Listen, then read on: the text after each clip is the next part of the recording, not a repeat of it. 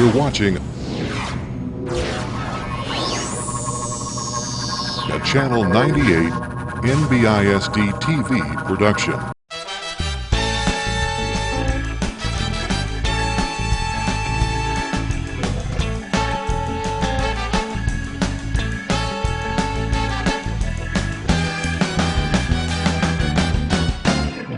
Welcome to Deja Vu. It's Algebra 2. As always, I'm your host, Kevin Corpy.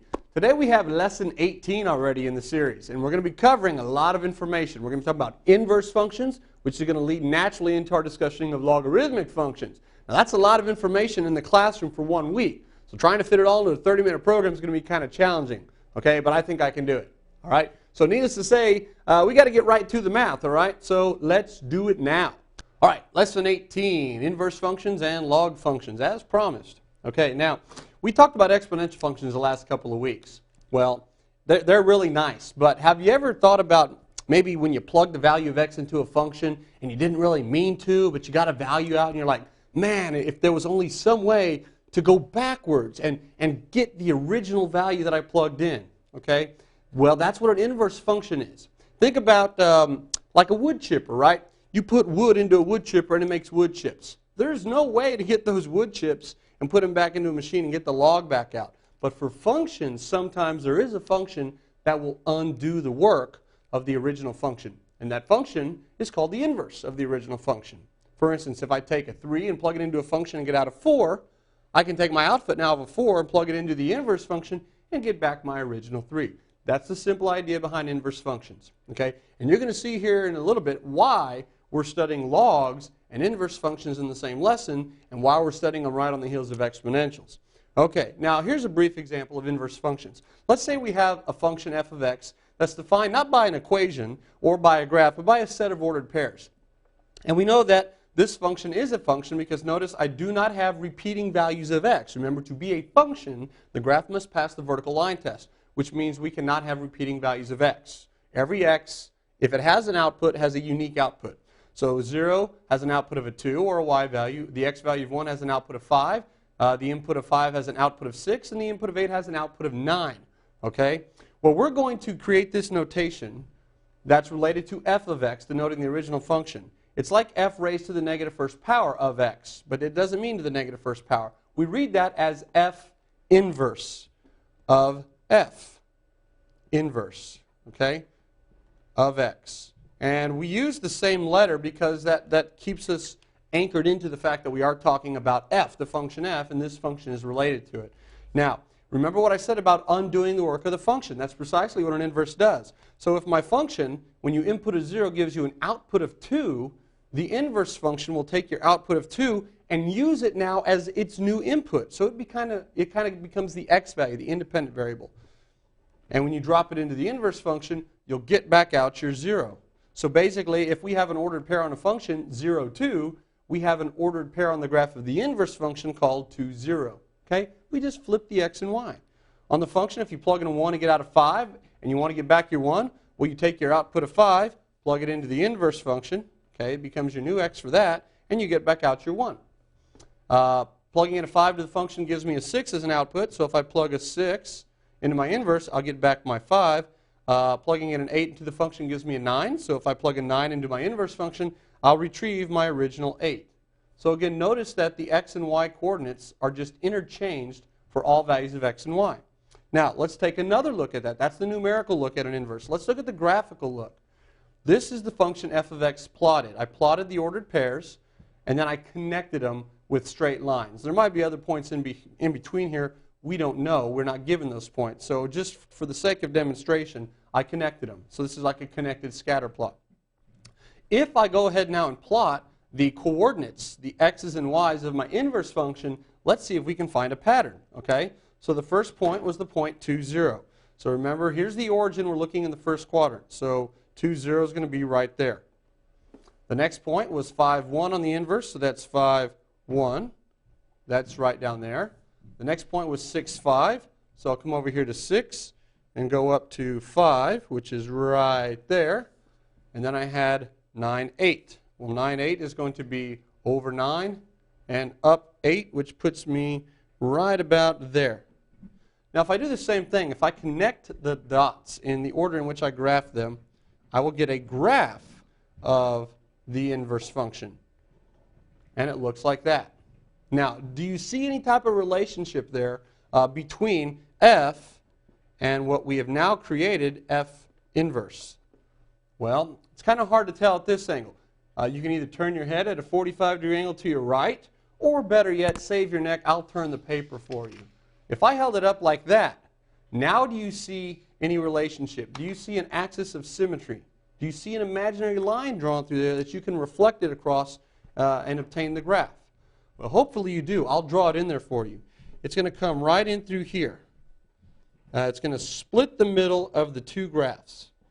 And so basically you can think of that as a mirror. If I reflected the function f across this line or the function f inverse, they will coincide with each other exactly.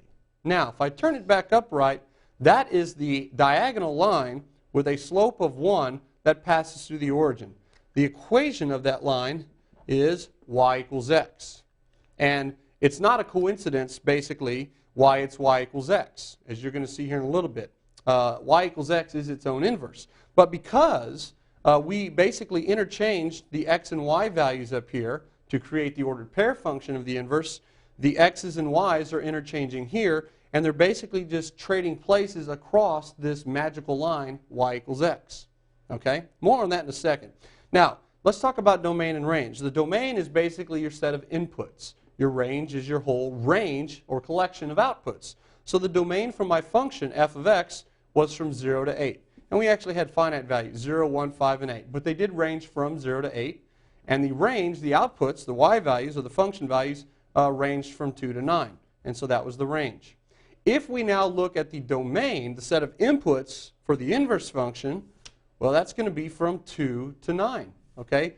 Those were the outputs of our original function. So the domain for the inverse, d, is going to be from 2 to 9. And if we look at the range for the inverse, that is the collection of outputs, they ranged from 0 to 8. Well, that was precisely the inputs for the original function. So the range for the inverse, I'll write it like this, is going to be from 0 to 8. So basically what has happened is not only has each x and y value interchanged with each other when we found the inverse, but the entire set of domain and range values interchanged. Okay? So the x's and y's, all of them interchanged. Okay? And the graphs were reflections across the line y equals x. That's a key ingredient for functions. Now also notice one other important aspect to this. Our function f inverse of x, I gave it the f notation without even really thinking about it. But anytime we say f of x, we want to make sure that that thing is in fact a function. And they have to pass the vertical line test. Well, my graph of f inverse does in fact pass the vertical line test. So does my original function f of x. And the reason is because these two functions are both what we say one-to-one.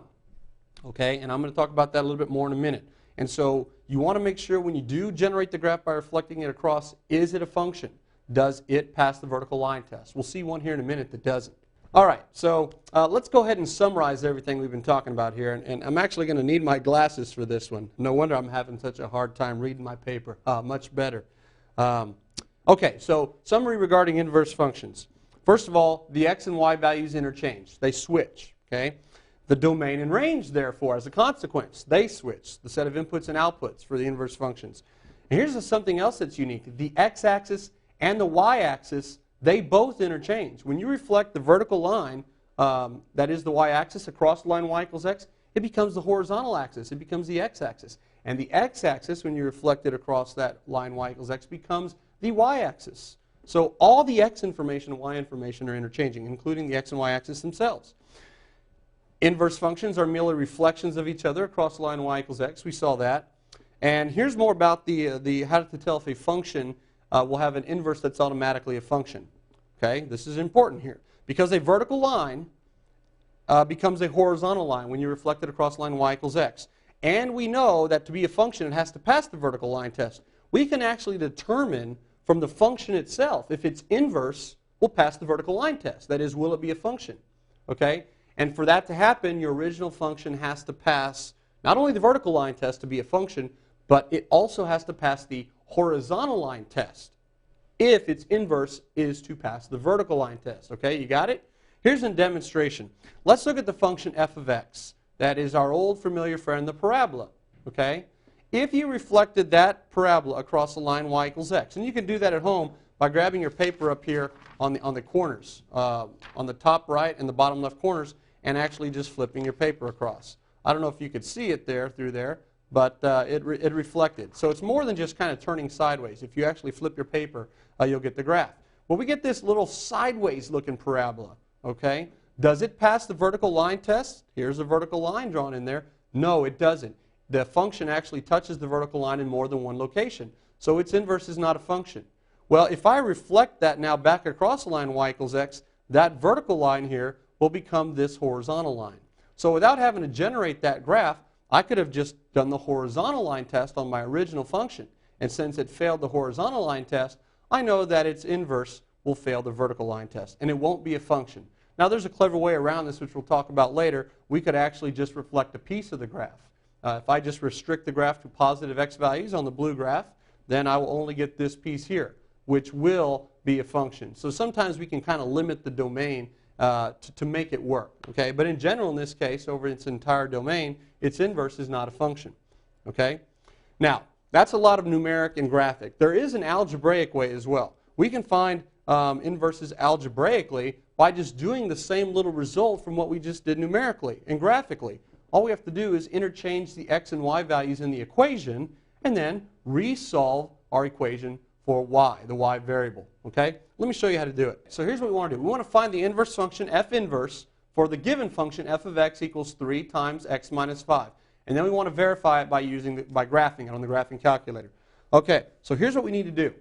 Notice it starts out as f of x. Well, if we're going to interchange x and y's, we need to introduce the y. So one of the first things you can do that's real easy is just call f of x y. It's really the same thing. So I get y equals. Now, I can distribute here if you want to make the problem a little bit more user-friendly. Now we might recognize this as the equation of a line in slope-intercept form. Okay? So what I would do here, if I was evaluating it for a certain x, I would plug in my x, multiply it by 3, and then subtract 15. Well, the inverse function is going to have to get back where we started, so it's going to have to do the inverse operations in the reverse order. Okay? Now, there's an algebraic way to do that for any type of equation. We have it y and x, and now here's the magic step. We're going to interchange x and y. That means all the y's become x's, all the x's become y's. I get x equals 3y minus 15. Did you see that? X's and y's interchanged. Now I have to solve for y. There's my y. So I'll isolate the y term. I get 3y equals, when I add 15, I get x plus 15. And I'll divide both sides by 3. So I get y equals x plus 15 thirds. Okay? Now I'm going to leave it like that for just a second. Remember what I said. My input on my function went in for x. I multiplied by 3 and subtracted 15. So it makes sense if you're trying to go backwards, since the last thing I did up here was subtract 15, when you put your input in, the first thing you do is add back to 15. If the first thing I did was multiply by 3, then the last thing you're going to do on the inverse is divide by 3. So it should make sense like that as well. But I'm going to put this in a little bit different form so we can recognize it again. It is the inverse, so I'm going to call it f inverse now instead of just y. And I'm going to call that 1/3 x plus 15 thirds, which is 5. So notice that I have the function and its inverse. And they're both equations of lines. The original line had a slope of 3. The inverse has a slope of 1/3. They're reciprocal slopes. Let's take a look at those two on the graph. All right. I've never looked so slim and motionless. All right. Anyway, we go to the calculator, and of course we go to y1, y2. And we put in our two equations. In the top I have 3x minus 15, the function, and in y2 I have 1/3 x plus 5. Now, to see them reflected across the line y equals x, you want to hit zoom 5. That's a square viewing window. What that does is it makes your x-axis a little bit longer because it's a rectangle. It's wider than it is tall. So there you go. There's the first line with the slope of 3. There's the inverse coming through here. And if you turn your head at a 45-degree angle, or this way, you can actually see the line y equals x going through there. And you can actually, in y3, if you'd like, you can actually graph y equals x. And it should cut right through the middle there. And of course, now you can actually see that they are or they appear to be. The graphs are only good for approximating, but they do appear to be reflections across the line y equals x. So a good visual confirmation that we did the right thing. Now, we can also verify it by plugging in a number, which I'll show you right here. All right, let's verify it algebraically. I'm going to evaluate what f of 4 is. Okay, so that's my original function. That says wherever I have an x, I'm going to plug in a 4. So that's going to equal 3 times 4 minus 5. I'm going to go back to the original equation. Well, I do the parentheses first. That's 3 times negative 1, which is negative 3. Oops, didn't mean to plug in my 4. Now I'm stuck with this negative 3. Man, I'd really like to have my original 4 back. Well, let's take our negative 3 and plug that into my inverse function. So here we go, f inverse of negative 3. Let's see what it is. It's going to be 1/3 times negative 3, right, plus 5. That's what it says. Well, 1/3 times negative 3, that's negative 1 plus 5, and we get 4. I get my beloved 4 back. Cool, inverse functions. They undo each other's work. Okay, algebraically verified. Now, let's take that one notch further. What if I wanted to find the inverse function of y equals 10 to the x? That's an exponential equation. All right, well, the rule that we just did said you interchange x and y. So I get x equals 10 to the y power. And all we have to do now is solve for y. Solve for y. Okay? Go. Ugh. We're kind of already stuck algebraically. It's not a linear equation. Can't multiply both sides by something, can't divide both sides by something. Problem is, we have our y now that we're trying to solve for. It's stuck upstairs in the exponent. And I don't think we've talked about an algebraic method for doing that. So we need to talk about something else. We can get the graph of it. Here's the graph of 10 to the x. It's exponential growth. Here's a line, y equals x. If I reflect it across that line, I get this graph right here. So this is apparently the graph of the equation that I'm looking for. Problem is, don't know what the equation is. We need something new. And that's where logs come in. We're going to take a real quick break, watch some public service announcements. While you're gone, think about this. What can you put inside of a bucket of water to make it lighter? The answer when you get back. Yesterday, my friends told me to smoke some weed, and I did. Then today, they said I should try to outrun Tick-Tick, the little lumberyard dog. And I don't think I can. I'm an idiot. I'm doing stupid stuff, and that ain't me. Live above the influence. Above them, above weed. Welcome back to Deja Vu. It's Algebra 2. I'm your host, Kevin Corpy, today talking about inverse functions and logarithmic functions. So what can you put into a bucket of water and make it lighter? A hole. All right, back to logs. Logarithm. Logarithm. Or log for short. What is a logarithm? Well, here's exactly what a logarithm is. A logarithm is an exponent, first of all. It is the exponent to which a specified base is raised to obtain a given value. Let me repeat that. A log or a logarithm is an exponent to which a specified base must be raised to achieve a given value. Got it? So a log is an exponent. Here's what I mean. Let's find the value of x in each of the following. I have 3 examples here. 2 is the base raised to some variable x power equals 32. Well, let's think about this mentally. I need to raise 2 to what power to achieve 32? 2 to the what power is 32? That means multiply 2 by itself how many times to get 32? Well, the answer is 5. X is 5 because 2 to the 5th power is 32. So what does that mean? Well, that means that 5 is the log. Base 2, because that's the base of 32. That's what we're saying. The log is the exponent. That means that I have to raise the base 2 to the power of 5 to achieve my given value of 32. So the log is the exponent. 5 is the log base 2 of 32. We can write that more succinctly like this. We can say that log base 2, a little subscript, of 32, looks like that, is 5. That's another way to write it. That's the mathematical way to write it. But the reason that is because 2 to the 5th is 32. Got it? Let's look at this one. 10 to what power is 10,000? Well, 10,000 is just 10 to the fourth. So 10 raised to the fourth power is 10,000. So in this case, 4 is the log. It's the exponent to which we must raise the base 10 to achieve or of 10,000. Okay? We can write it mathematically as log base 10 of 10,000 is the number 4. Okay? Because 10 to the fourth is 10,000. Here's another one with a fraction. 1/3 raised to what power is 1/27? 1/3 times 1/3 is 1/9. 1/9 times 1/3 is 1/27. So I had to multiply by itself 3 times. So in this case, x is 3. And 3 is the log base 1/3 of 1/27. Okay? It's that easy. We just have a new notation that we have to get familiar with. Now, logs are really an invention of Scottish mathematician John Napier, who got tired of working with big astronomical numbers and microscopic numbers with a lot of zeros at the end. So he says, hey, why don't we just deal with the exponents? And the exponents themselves will be indicative of the relative size of the number. Okay? Thank you, John Napier, because they have profound implications and they're used in a variety of situations in the real world. Well, let's return to our original dilemma of trying to find the inverse of 10 to the x. The new math that we were needing back there to solve for y when it was in the exponent is this magical little if and only if theorem here that allows us to convert back and forth between exponentials and logs. And here it is. It says y is equal to b to the x. That's an exponential equation. This double-headed arrow means if and only if. It's bidirectional. Log base b of y is x.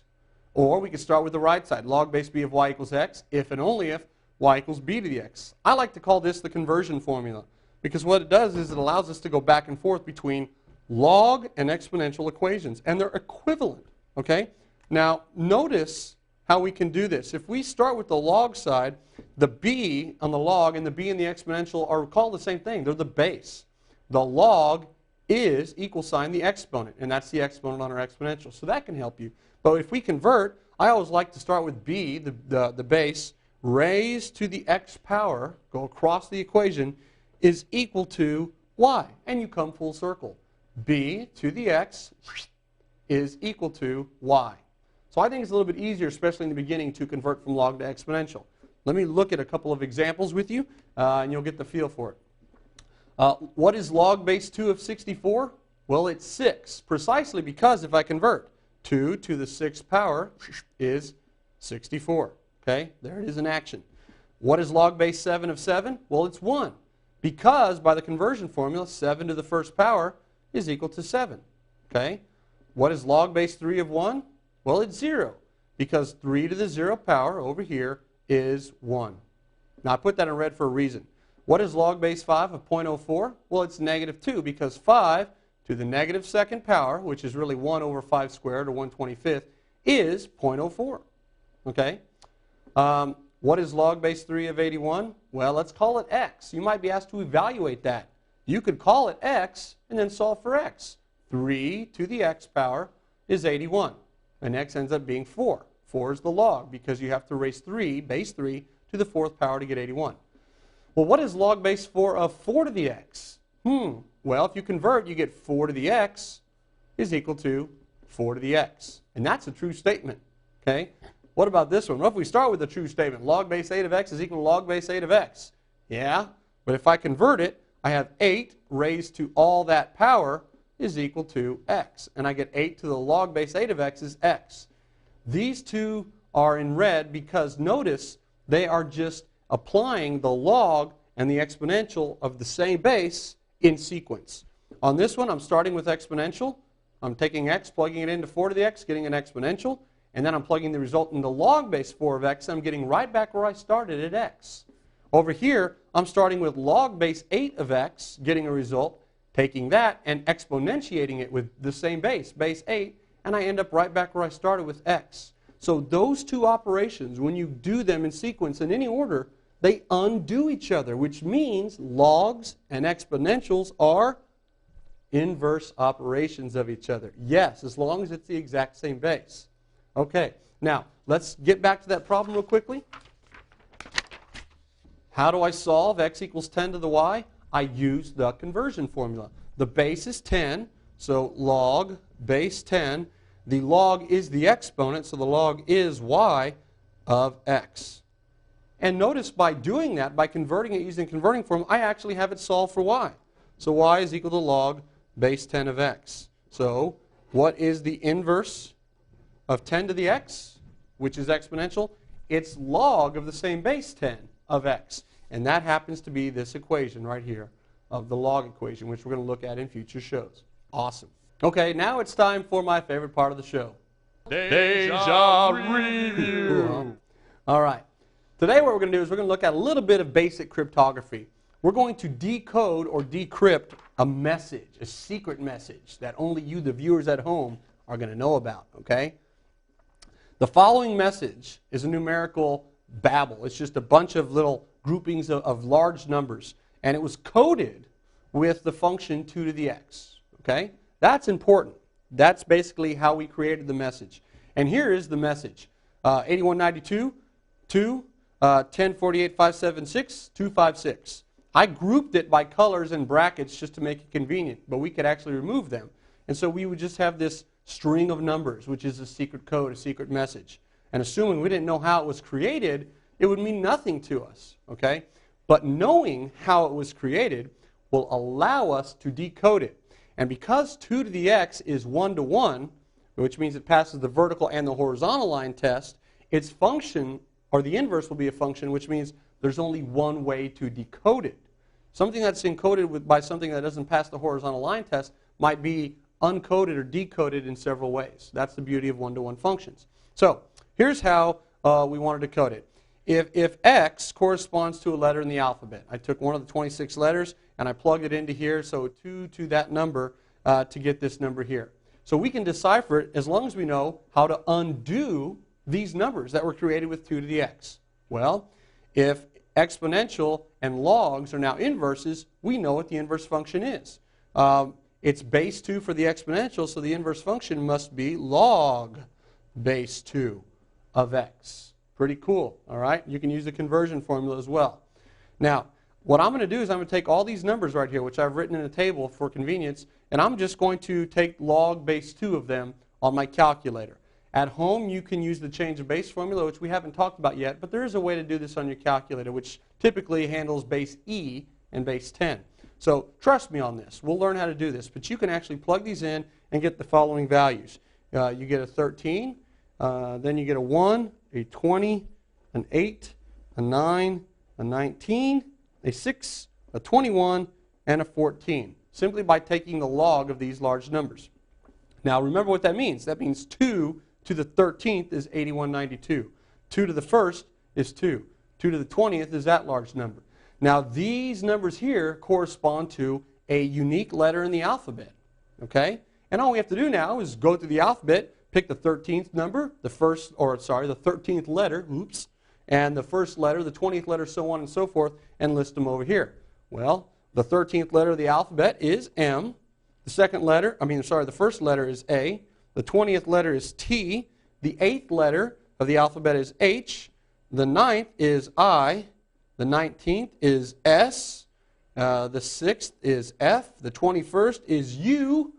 And the 14th is N. So we have our secret message right there. Grouped together like this, like that, and look what it reveals. Don't tell anybody, but math is fun.